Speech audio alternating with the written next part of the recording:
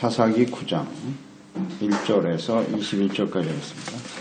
사사기 9장 1절에서 21절까지 읽겠습니다. 여룻바알의 아들 아비멜렉이 세겜에 가서 그의 어머니 형제에게 이르러 그들과 그의 외조부의 집 온 가족에게 말하여 이르되 청하노니 너희는 세겜의 모든 사람들의 귀에 말하라. 여룻바알의 아들 70명이 다 너희를 다스림과 한 사람이 너희를 다스리면 어느 것이 너희에게 나으냐 또 나는 너희와 부족임을 기억하라 하니 그 어머니 형제들이 그를 위하여 이 모든 말을 세겜의 모든 사람들의 귀에 말하며 그들의 마음이 아비멜렉에게로 기울어서 이르기를 그는 우리의 형제라 하고 바알브리 신전에서 은 70개를 내어 그에게 주매 아비멜렉이 그곳으로 강하고 경박한 사람들을 사서 자기를 따르게 하고 어브라이에 있는 그의 아버지의 집으로 가서 여룻바알의 아들 곧 저기 형제 70명을 한 바위 위에서 죽였으되 다만 여룻바알의 막내 아들 요담은 스스로 숨었으므로 남으니라. 세겜의 모든 사람과 밀로 모든 족속에 모여서 세겜에 있는 상신나무 기둥 곁에서 아비멜렉을 왕으로 삼으니라. 사람들이 요담에게 그를 알림에 요담이 그리 심산 꼭대기로 가서 서서 그의 목소리를 높여 그들에게 외쳐 이르되 세겜 사람들아 내 말을 들으라.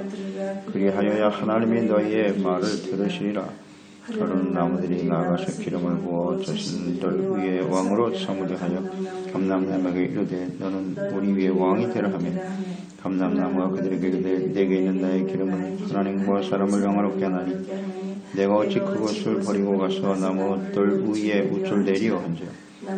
나무들이 또 무화과나무에게 이르되 너는 와서 우리 위에 왕이 되라 하며 무화과나무가 그들에게 이르되 나의 단국과 내 아름다운 열매를 내가 어찌 버리고 가서 나무들 위에 우쭐 내리오 한지라. 나무들이 또 포도나무에게 이르되 너는 와서 우리 위에 왕이 되라 하며 포도나무가 그들에게 이르되 하나님과 사람을 기쁘게 하는 내 포도주를 내가 어찌 버리고 가서 나무들 위에 우쭐대리오 한지라. 이에 모든 나무가 가시나무에게 이르되 너는 와서 우리의 왕이 되라 하며 가시나무가 나무들에게 이르되 만일 너희가 참으로 너희의 기름을 부어 너희 위에 왕으로 삼겠거든 와서 내 그늘에 피하라. 그리하지 않으면 풀이 가시나무에서 나와서 에브론의 백향목을 살을 것이니라 하였느니라. 이제 너희가 아비멜렉을 새 왕으로 삼았으니 너희가 행한 것이 과연 진실하고 의로우냐. 이것이 여룻바알과 그의 집을 천대함이냐. 이것이 그의 손이 행한 대로 그에게 보답함이냐. 우리 아버지가 전에 죽음을 무릅쓰고 너희를 위하여 싸워 미디안의 손에서 너희를 건져냈거늘 너희가 너희 아버지의 집을 쳐서 그의 아들 70명을 한 바위 위에서 죽이고 그의 여종 아들 아비멜렉이 너희 형제가 된다고 그를 세워 세겜 사람들을 위해 왕으로 삼았도다. 만일 너희가 오늘 여룻바알과 그의 집을 대접한 것이 진실하고 의로운 일이면 너희가 아비멜렉으로 말미암아 기뻐할 것이요 아비멜렉도 너희로 말미암아 기뻐하려니와 그렇지 아니하면 아비멜렉에서 불이 나와서 세겜 사람들과 밀로의 집을 살을 것이요 세겜 사람들과 밀로의 집에서 또 불이 나와 아비멜렉을 살을 것이니라 하고 요담이 그의 형제 아비멜렉 앞에서 도망하여 피해서 밀로 가서 거기에 거주하니라. 하나님 앞에서 진실하고 의로운가. 기드온이 살아있는 40년 동안 평온이 있었지만 그 평안은 결국 부패와 타락으로 이어졌고 그가 죽은 이후에 이스라엘은 다시 우상 숭배에 빠지게 됩니다. 기드온은 사람들의 요청을 거절했죠. 자신이 왕이 되어달라. 그의 자손들이 왕이 되어달라고 하는 요청을 거절했습니다. 그러나 그 이후에 무절제한 생활로 인해서 아비멜렉과 같은 악한 자녀를 낳게 되었고요. 결국 비극을 초래하게 됩니다. 그 아내가 많고 아들이 70명이나 되었으니까요. 그만큼 무절제하고 방탕한 생활을 했다는 것을 알게 되고요. 에봇을 만들었습니다마는 제사장을 바르게 세우고 예배와 제사를 회복하는 일에는 게을렀죠. 무엇이 이스라엘을 바르게 세우는 것인가에 대한 이해가 없었다는 거죠. 그 결과 기드온이 죽고 나니까 이스라엘은 급속히 또 부패하게 되죠. 그래서 우상 숭배를 향해서 달려가는 모습을 볼 수가 있습니다. 예, 아비멜렉, 서자인 아비멜렉이 세겜에 가서 사람들을 선동해서 왕이 되려고 하는 그런 시도를 봅니다. 세겜에 가서 왕이 되려고 했다. 이 세겜은 이스라엘에 있어서는 아주 중요한 지역이죠. 아브라함이 단을 쌓은 곳이기도 했고, 이 세겜 땅은 에브라임, 므나세 경계선에 있는 곳입니다. 에브라임에 속한 것이라고 봐야죠. 여호수아가 또 마지막으로 인생을 마감하면서 백성들을 세겜에 모아놓고 말씀을 선포했던 곳이 또 세겜이고, 중요한 것은 요셉의 매장지죠. 요셉을 그곳에 매장했습니다. 굉장히 중요한 지역이죠. 이곳에서 이제 아비멜렉이 사람들을 선동해서 왕으로 세웠다. 세겜이 고향 사람들의 도움을 힘입어서 사람들을 모아서 기드온의 아들 70명 형제를 살해하죠. 살해하는 일들이 벌어졌다. 결국 세겜 사람들도 아비멜렉과 동조한 것이죠. 악한 일에 동조하고 말았습니다. 스스로 왕이 되려고 하는 것. 제 아버지는 분명히 선포했죠. 기드온. 백성들은 너와 그 자손들이 아들들이 다스려달라고 말했지만 이스라엘을 다스리는 분은 하나님이시다. 이스라엘 왕은 하나님이심을 선포했는데 그 아들은 스스로 왕이 되려고 하는 그런 시도.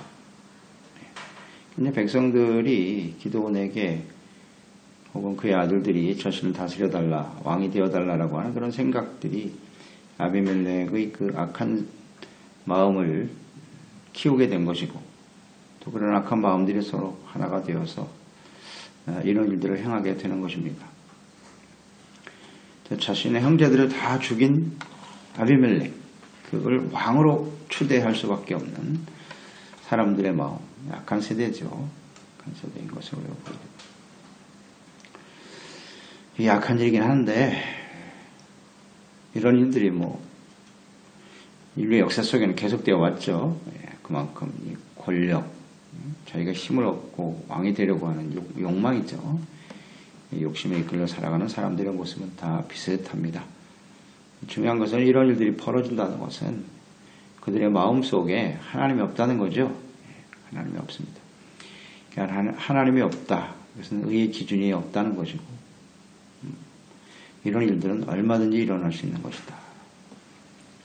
그게 비극이죠.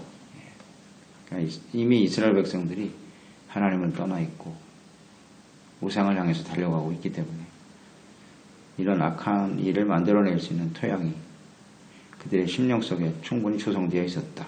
이렇게 볼 수가 있습니다. 7절에 9사1생으로 살아난 아들이 있었다. 요담이죠. 막내 아들 요담이 이 소식을 듣고 그리심산 꼭대기에 올라가서 외칩니다. 축복을 선포하는 산으로 알려진 그리심산. 그곳에서 모든 사람들이 들을 수 있도록 외쳤다 그랬습니다. 그가 선포하는 내용은 내 말을 잘 들어라. 그래야 하나님이 너의 말을 들으시리라 그랬습니다. 그 세겜이 아주 중요한 지역인데 이 사람들이 분별력을 상실하고 악한 일에 동조하는 것을 그대로 간구할 수가 없어서 목숨 걸고 외치는 거죠. 나의 말은 무엇이 의로운 것인가를 잘 분별하자는 겁니다. 그래야 우리가 잘못된 일은 바로잡아야 하나님께서 우리의 말을 들어주실 것이 아니냐. 하나님은 의로우신 분인데 하고 이제 외치는 거죠. 요지는 그렇습니다. 우리가 지금 당신들이 하는 이 행동이 하나님 앞에서 의롭고 진실한 일이냐. 잘 분별하라. 이미 그들은 분별력을 상실하게 되었다. 무엇이 옳고 그른지를 모르고 있다는 얘기죠. 이것이 이제 악한 세대의 특징이죠. 하나님이 없는 세대, 사람들의 특성이에요. 무엇이 옳고 그른지 분별력을 상실했다.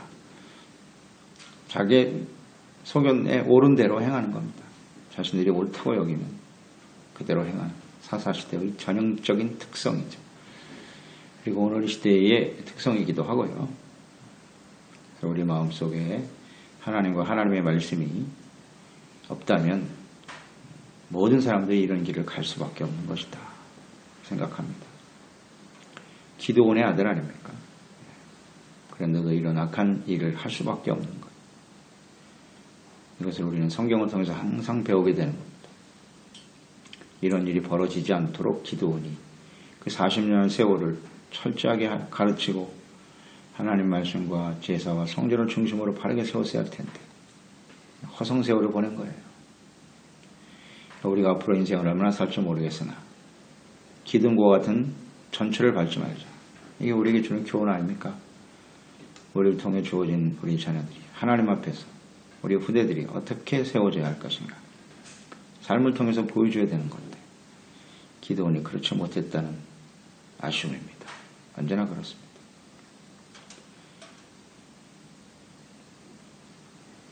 이 세대가 갈수록 악하기 때문에 온전한 모습으로 회복된다는 게 참 어렵습니다. 우리가 어제도 묵상되었지만 승리한 이후 구원받은 이후의 40년의 세월 갈수록 좋아지느냐? 갈수록 나빠진다. 이거 우리 잊지 말자. 신앙의 연륜이 쌓이면 쌓일수록 점점 나빠지는 거예요. 좋아질 수가 없어요. 우리보다 우리 자녀 세대는 훨씬 더 영적으로 어두워진다고 봐야죠. 그렇다면 어떻게 해야 될 것인가? 그냥 막연한 기대를 빨리 버리자. 막연히 내가 잘 믿었으니까 자식들도 잘 믿겠지. 그것도 그런 기대도 잘못된 기대예요. 갈수록 나빠진다는 게 진리예요.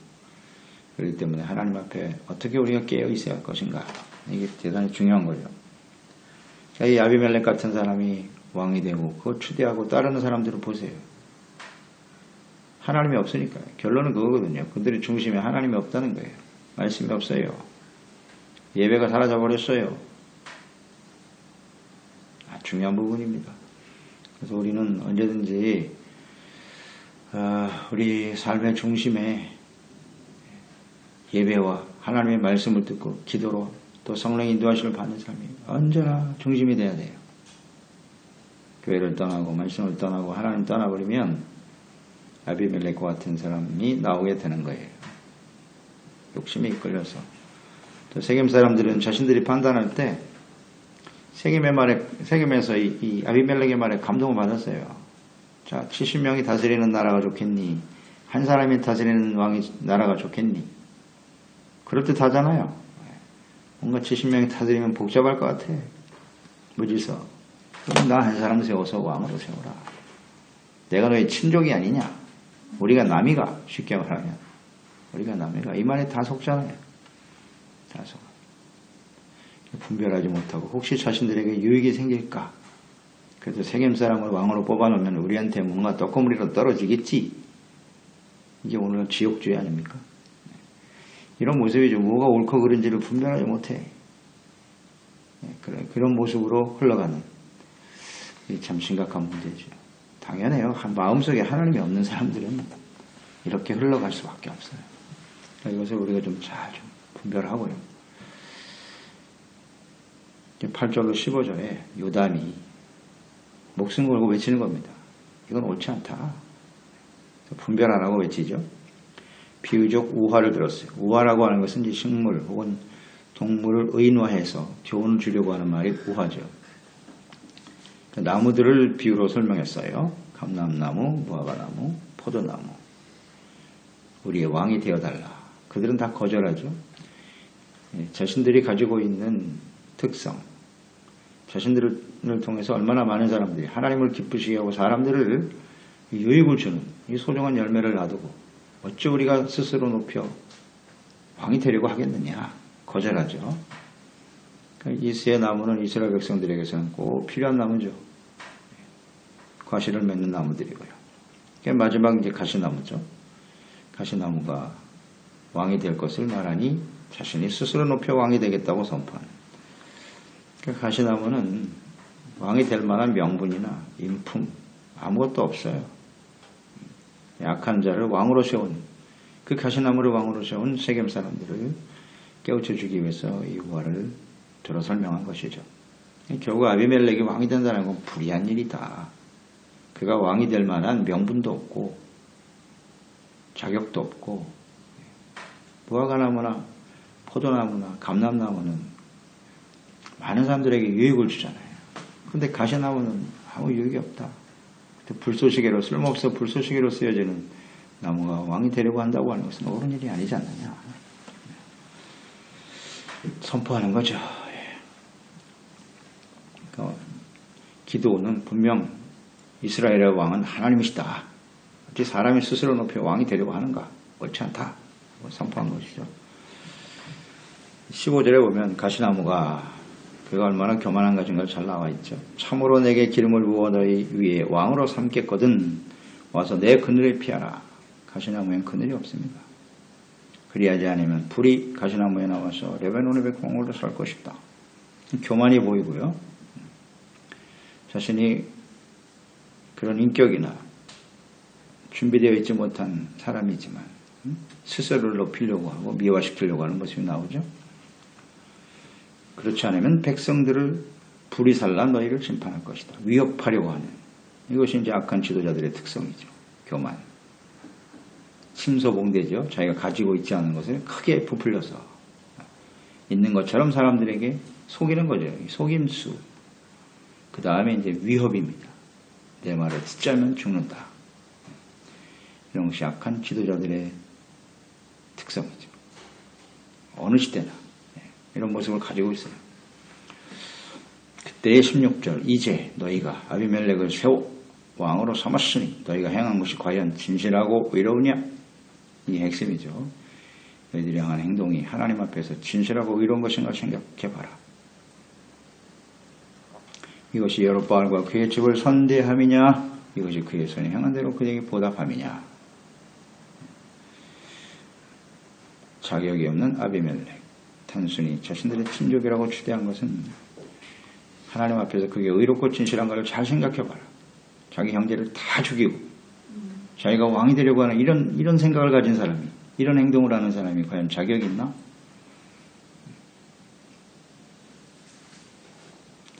하나님 앞에서 진실하고 의로운가를 생각하라. 이건 우리에게 주는 아주 중요한 메시지죠.